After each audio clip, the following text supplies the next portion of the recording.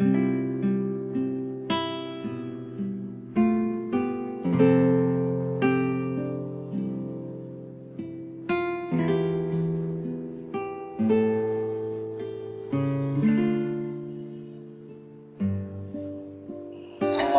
balita ng Panginoon ayon kay San Mateo.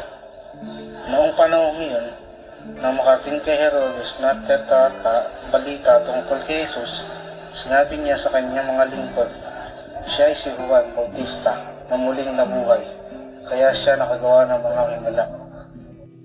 Si Herodes ang nagpahuli, nagpagapos at nagpabilanggo kay Juan.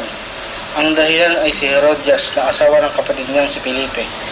Laging sinasabi ni Juan kay Herodes, hindi matuwid na magsama kayo ng asawa ng iyong kapatid.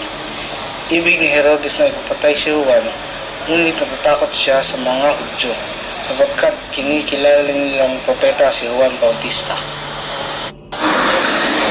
Nang dumating ang kaarawan ni Herodes, sumayaw sa harapan ng mga paunahuwi ang anak ni Herodias.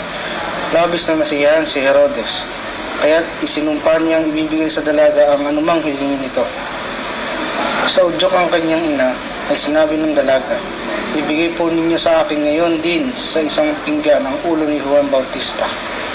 Nalungkot ang hari, ngunit dahil sa kanyang pangakong narinig ng mga panauhin, iniutos niyang ibigay iyon sa dalaga. Kaya't pinapugutan niya si Juan sa bilangguan. Inilagay ang ulo sa isang pinggan at ibinigay sa dalaga. Dinala naman ito ng dalaga sa kanyang ina. Dumating ang mga alagad ni Juan, kinuha ang kanyang bangkay at nilibing. Pagkatapos, ibinalita nila ito kay Jesus. Ang mabuting balita ng Panginoon.